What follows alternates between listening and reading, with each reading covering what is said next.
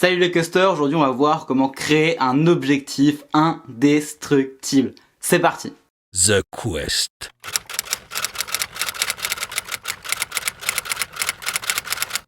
Alors pourquoi on va prendre du temps pour créer et fixer un objectif en amont au lieu de voir un peu vers où le vent nous mène et pas se prendre la tête. Pourquoi on va se prendre la tête pour créer un objectif?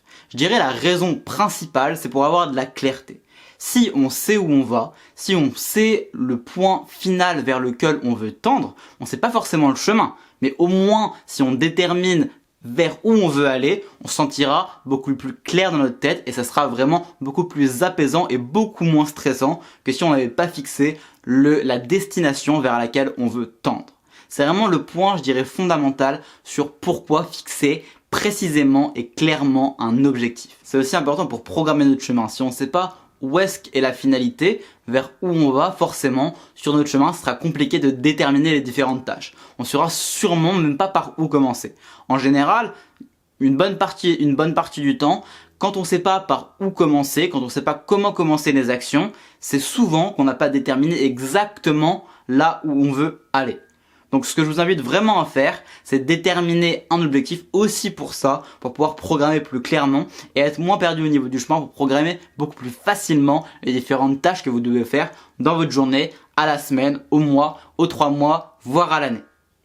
Troisième point, ça va être simplement pour avoir une motivation qui est plus grande, une motivation accrue par rapport à ce que vous faites dans la journée. Si vous avez une ligne directrice, quelque chose qui vous pousse à agir sur le long terme, ce sera beaucoup plus motivant, surtout si vous faites des tâches qui ne sont pas gratifiantes sur le court terme. Ça va être beaucoup plus motivant et beaucoup plus facile de s'y mettre si vous avez un objectif, une vision à long terme. Typiquement, si l'écriture d'email ou l'écriture de texte est une des parties de votre boulot et que vous n'aimez pas forcément cette partie, une chose qui peut vous aider à passer à l'action, à agir, c'est d'avoir cette vision à long terme, cet objectif à long terme qui vous motive à passer dans l'action de court terme, qui n'est pas forcément agréable à faire, en tout cas pour ceux qui n'aiment pas écrire.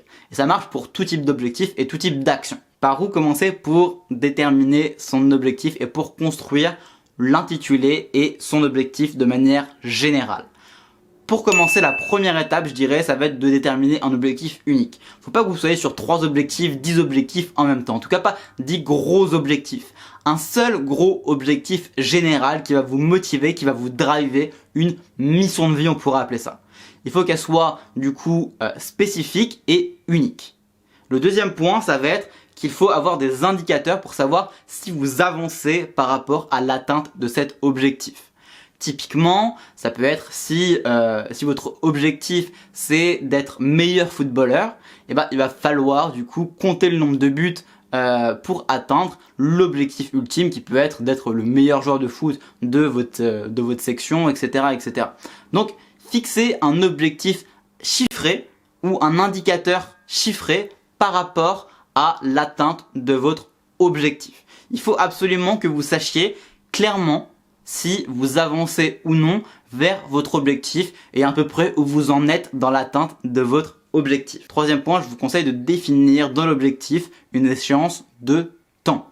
Une échéance de temps, pourquoi? Simplement pour vous motiver tout au long de la journée. Si vous commencez à procrastiner par rapport à l'objectif, de se dire, bon là il reste que 4 semaines avant la fin de l'objectif, j'ai pas encore commencé, je me suis pas encore mis au travail aujourd'hui, c'est le moment, après c'est trop tard. Tout simplement. Quatrième point, ça va être de se challenger, d'avoir un objectif quand même assez ambitieux pour vous motiver chaque jour et en même temps vous pousser un peu dans vos retranchements. Il faut qu'il soit quand même réalisable, mais en même temps, il soit challengeant pour que ce soit pas si facile que ça pour l'accomplir. Et en même temps, ça va vous permettre de ne pas vous ennuyer dans la réalisation, dans l'atteinte de cet objectif. S'il est assez ambitieux et qu'il est réalisable, vous serez normalement dans un état entre l'ennui et la surexcitation ou le désespoir plutôt de ne pas réussir à atteindre l'objectif. C'est l'état entre les deux qui va être parfait, qu'on pourra appeler un état de flow, un état de motivation intense, qui va vous permettre d'être simplement complètement focus, complètement à l'intérieur de la réalisation de votre objectif, complètement motivé par la réalisation de votre objectif.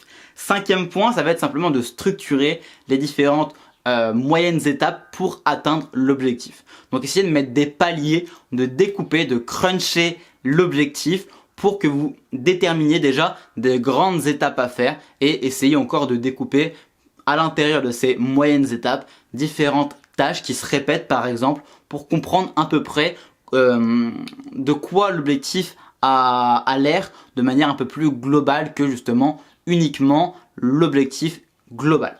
Donc crunchez aussi en même temps l'objectif. Une fois que vous avez fait ces 5 ou 6 paliers, je vous invite à voir ce que ça donne, voir si vous avancez bien vers cet objectif là et si vous continuez à procrastiner par rapport à cet objectif ou si vous n'êtes pas suffisamment motivé, si vous n'êtes pas suffisamment challengé, je vous invite à faire des petites modifications, mais normalement ça devrait être assez costaud, assez challengeant pour vous motiver jusqu'à la réalisation de cet objectif, s'il est réalisable en tout cas sur le court terme, sinon on se revoit dans quelques années. Voilà, j'espère que ça vous a plu. Si vous voulez aller plus loin, je vous laisse un guide juste en dessous, une formation de 7 jours pour déterminer un pourquoi indestructible, donc une mission de vie indestructible. Ça peut être du coup un objectif indestructible de manière un peu plus limitée.